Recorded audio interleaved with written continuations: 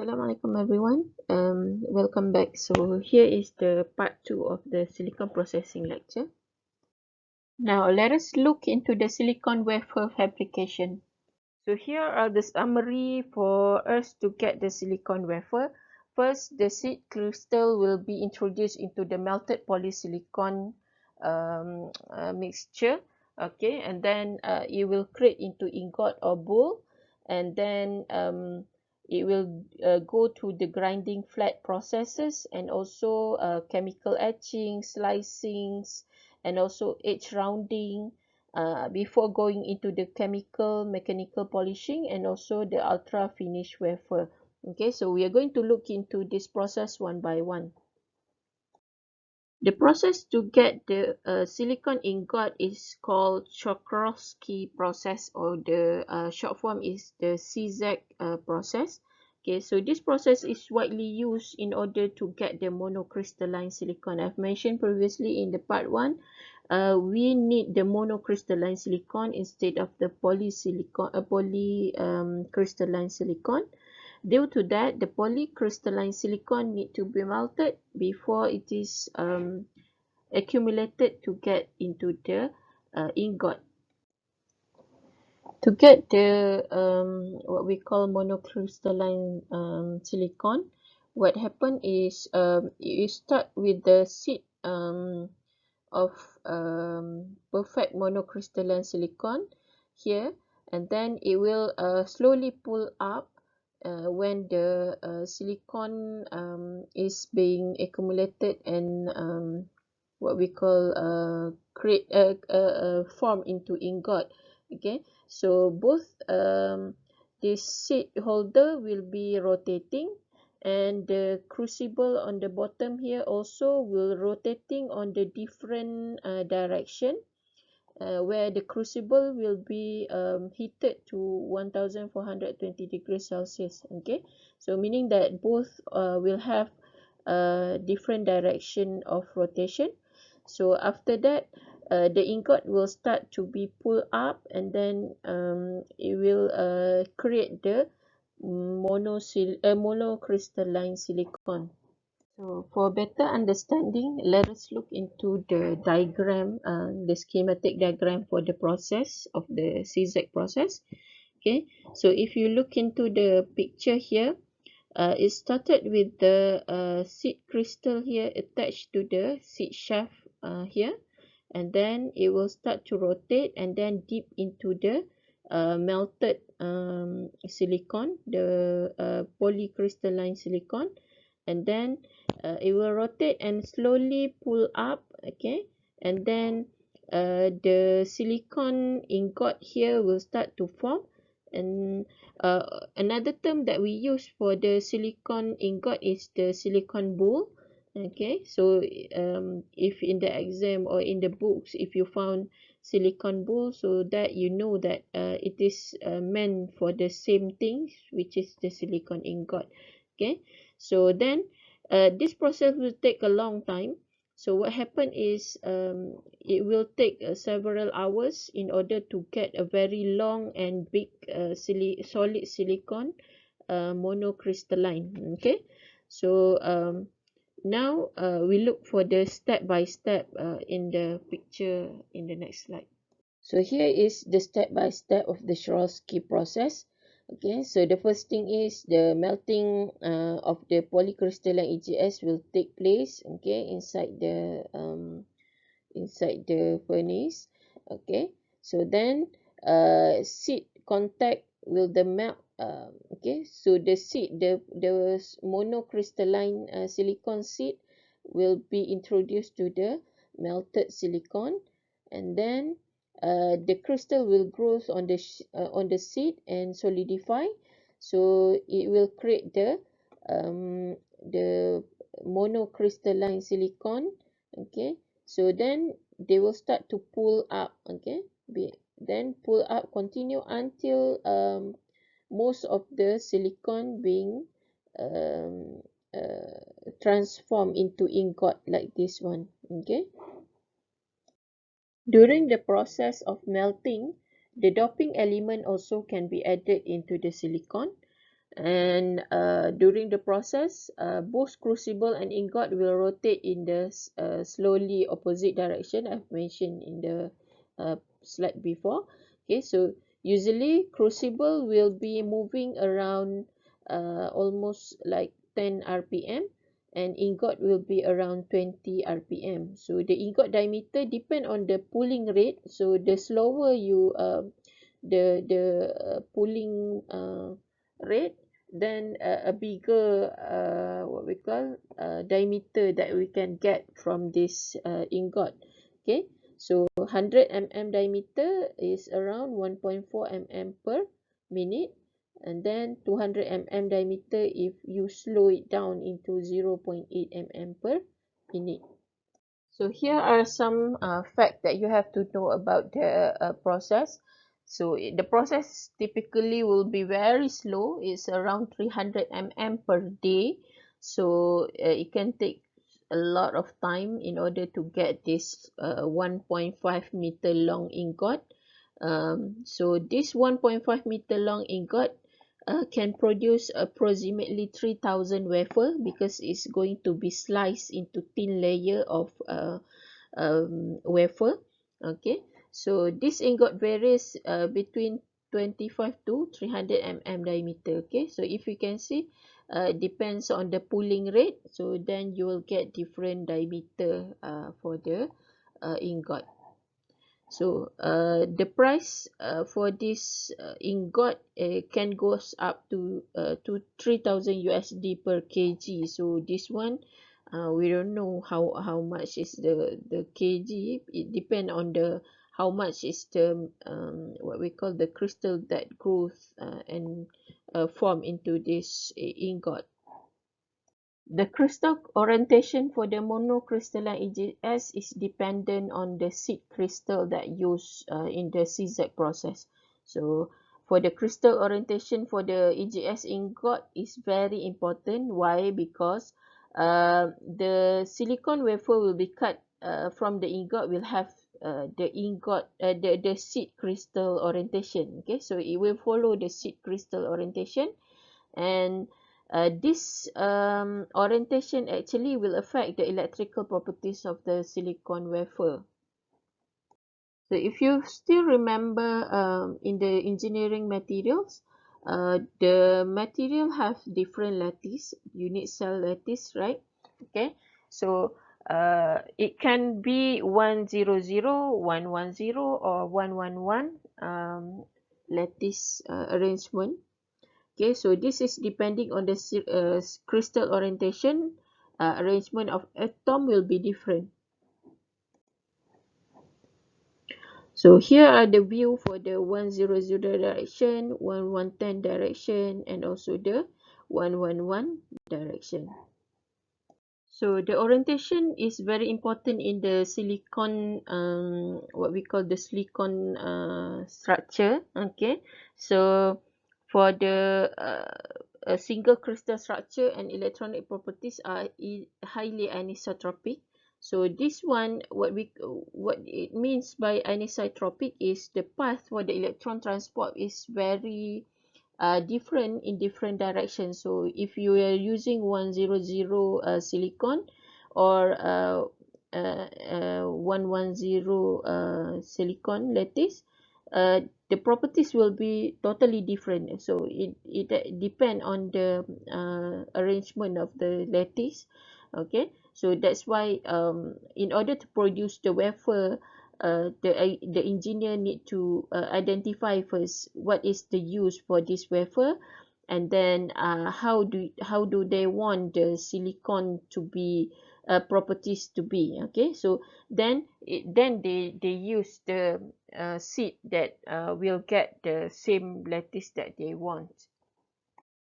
After we already get the ingot, we need to do some preparation for the ingot before the wafer slicing and also wafer finishing. During the ingot preparation, what happened is the shape of the bowl will be grinded into more perfect cylinder with the accurate dimension, and one or more flats will be grounded on the cylinder length. So this one is to indicate the orientation for the silicon crystal lattice, and then it also to indicate the doping type of the silicon wafer, and then also to locate purpose during future IC fabrication on the wafer. Diamond grinding wheel will be used to ground the surface so that you'll get the perfect diameter for the bowl.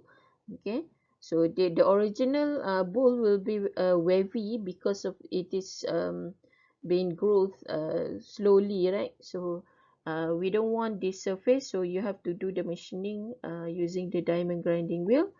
And then there will be a flat surface being grinded also to indicate the crystal lattice doping and also the application for the silicon wafer. So if you look into this one, the first one is 100 N type. There will be two flat. One is on here, primary flat, and then another secondary flat on this side. Okay, and then 100 P type. So if you can see, the primary is on the right, and then on the top will be the secondary flat. And then 111 N type is on this primary flat, and also the secondary flat is on the top of that primary flat but with slanted angle. And 111 P type is only half primary flat. Okay, so this is the widely used wafer type in the IC semiconductor industry. Okay, so that everyone will understand, oh okay, this one is 100 N type, so this one is 100 P type, so everyone recognize it, so then there will be no confusion. For wafer slicing, usually a ring-shaped saw blade like this one that you see here is used. So there'll be diamond grid bonded to the internal diameter because the cutting will be performed from the internal diameter. Okay, so this one, then it will start to cut the ingot into slicing. Okay. In here is showing the step by step from the ingot preparation till the slicing, so you can go through the process. I don't want to repeat it again because just much clearer in terms of the illustration and also the step.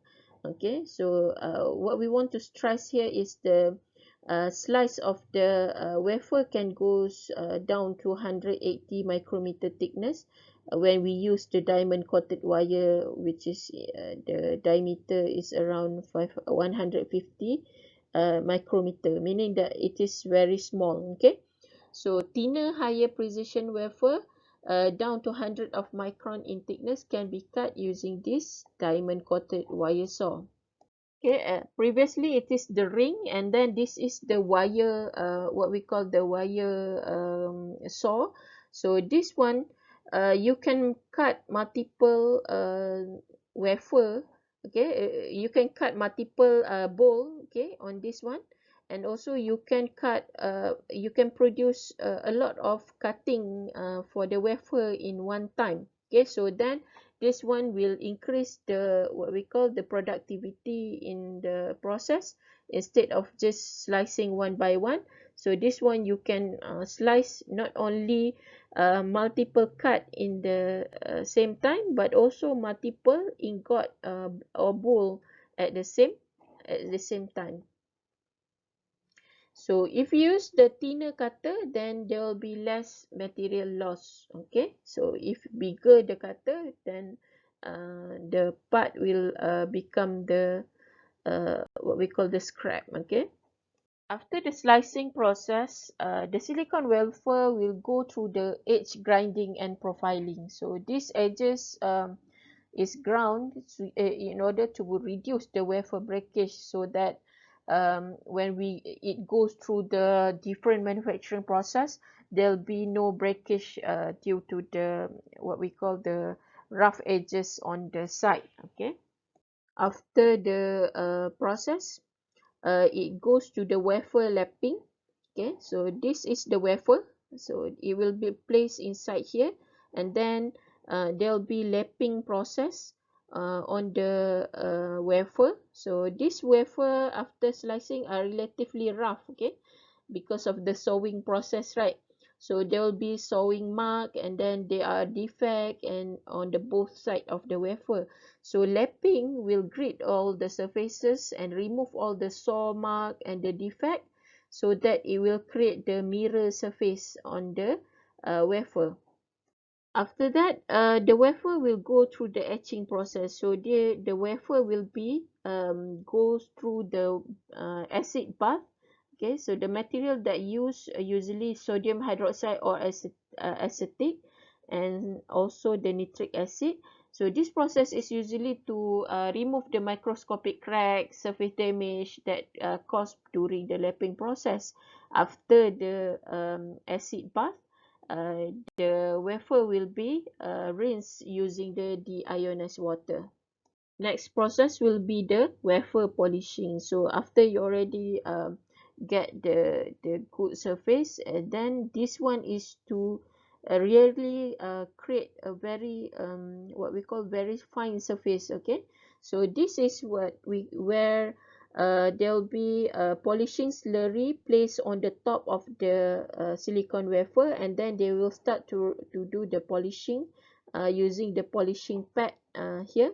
Okay, so if you can see, they are going to have a polishing pad, and then there will be slurry place. The white thing on here is the polishing slurry.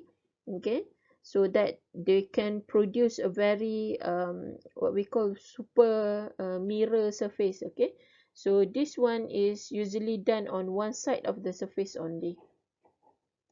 In the end, after the polishing process, a mirror-like surface will be produced like this, the one that's shown in this picture. Okay. So the final process to get the silicon wafer is the wafer cleaning. So the process is known as RCA clean. Okay, this is the standard wafer cleaning step. It involves removal of organic contaminant through the organic clean, and then remove of thin oxide layer through oxide strip, removal of ionic contamination using the ionic clean. Okay, so these are the RCA clean. So what I'm going to assign to you is the assignment 1. So what you have to do is form a group of 3 to 4 people per group. So in the presentation mode, for example, the slide or Canva or photo, infographic or etc., you can use any form of presentation style that you want, and make the summary of what is RCA, what are the processes involved, and what are the information needed to be known for the RCA. You can use your own creativity, uh, and then what you have to do is I just want 1 pages to maximum of 3 pages. You don't have to put all the words inside there. You can make a summary, you can make picture or something like that, so that it can be very compact, and then it deliver all of the information. So the submission will be done online. I will create the assignment in the Google Classroom, but only 1 person per group will submit. Okay, so the deadline will be 24th of March 2020. Okay, so what I'm going to do is I will create a link for the for you to fill in the grouping name, so that everyone will get a group. I don't want anybody to be left behind in this assignment. Okay, with that, that's the end of the class today. Thank you for listening. Assalamualaikum.